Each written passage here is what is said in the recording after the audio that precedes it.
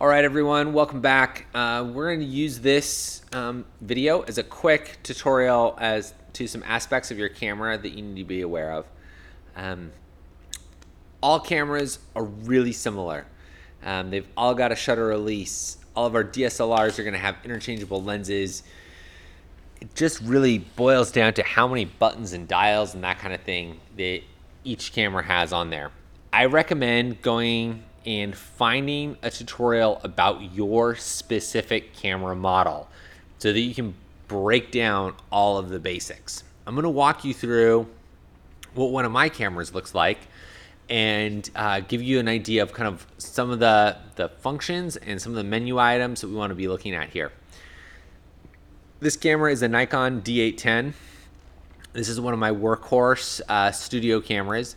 Use it every week, and it's a little beat up. It's well loved on, that kind of thing. Goes out in the field with us, used in the studio, kind of all over.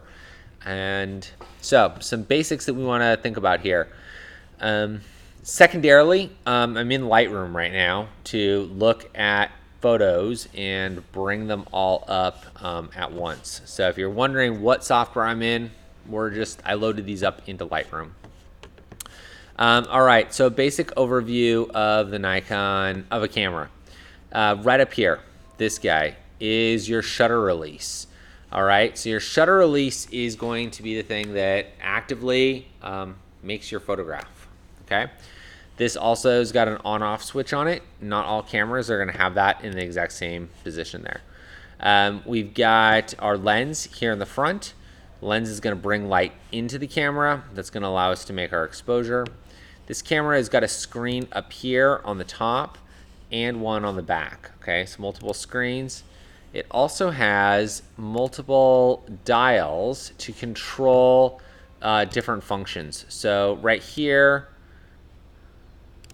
there we go. This is the dial to control the aperture. And then on the back of the camera over here, there's a secondary dial to control the shutter speed, okay?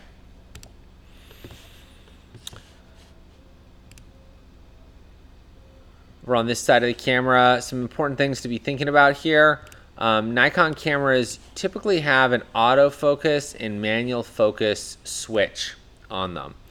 And that will control if the camera body is in AF mode or in manual mode.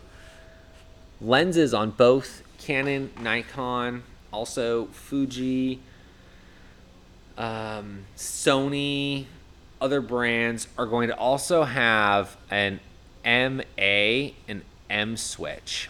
And this switch, if your lens has one, will allow you to switch between manual focus and autofocus.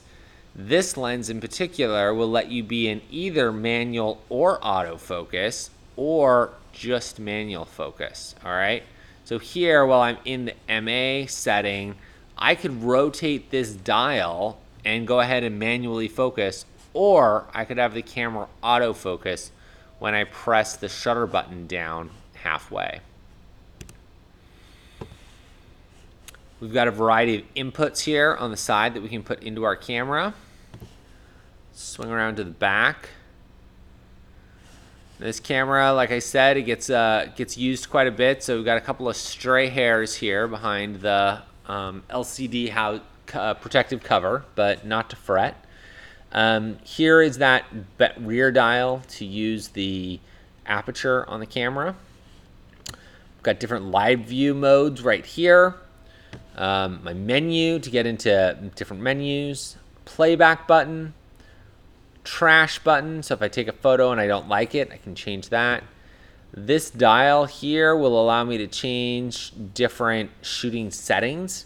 Again, a lot of these settings might be found within the menu or within maybe an AF button that's located over here, or an AF or a drive button located on the side of the camera there.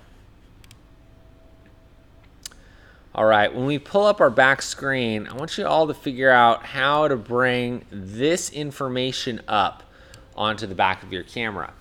Typically, the way you do this is by pressing like an info or a display button on the back of your camera, And you'll be able to pull this kind of information up pretty easily. This fur, this little hair right here, belongs to my long-haired dachshund who's 15 years old.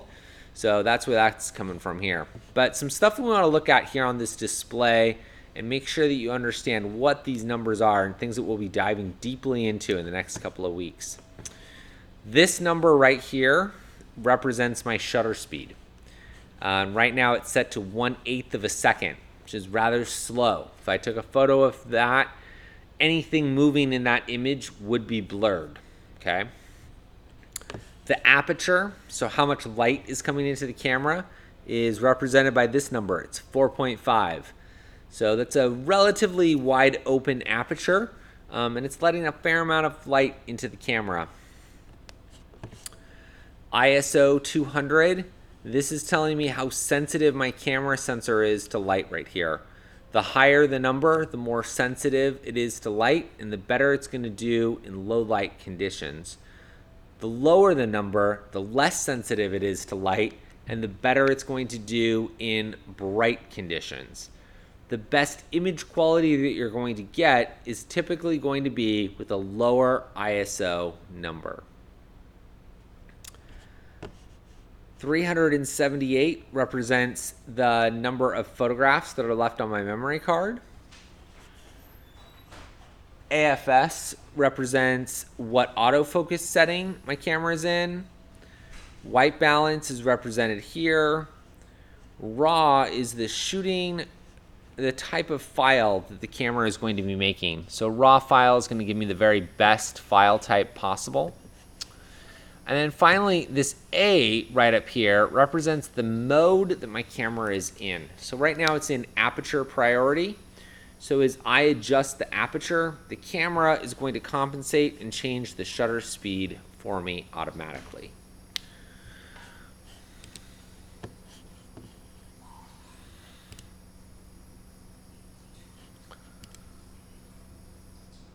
On this camera, we have a similar LCD layout readout here. A little bit less information, but it's got room for a shutter speed and the aperture, the number of frames left, what card is being written to, and what our white balance and file type and the camera mode is set to. This camera with the ISO button over here, I can change my ISO, white balance, and quality all on the fly. Other cameras are going to have those settings maybe slightly more buried within their menu system. It's going to be up to you to figure out exactly how to change those on your camera, and you will have an assignment coming up to actually change all of those settings there. Again, our shutter speed is right here, or our not shutter speed, but our shutter release is right here. So we can release our shutter right there and take a photograph. This is the hot shoe for attaching a flash. We have our viewfinder here on the back. So this is going to give us an actual view of our photo. So this is how we frame things up.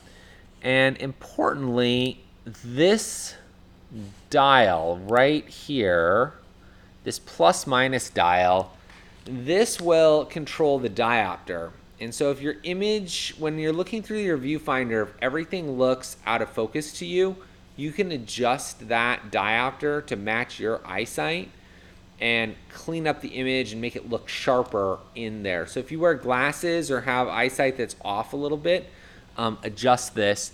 Sometimes the diopter will get bumped and jiggled, and then all of your photographs as you look through the viewfinder back here will just simply look out of focus. But you can just adjust that diopter to correct that.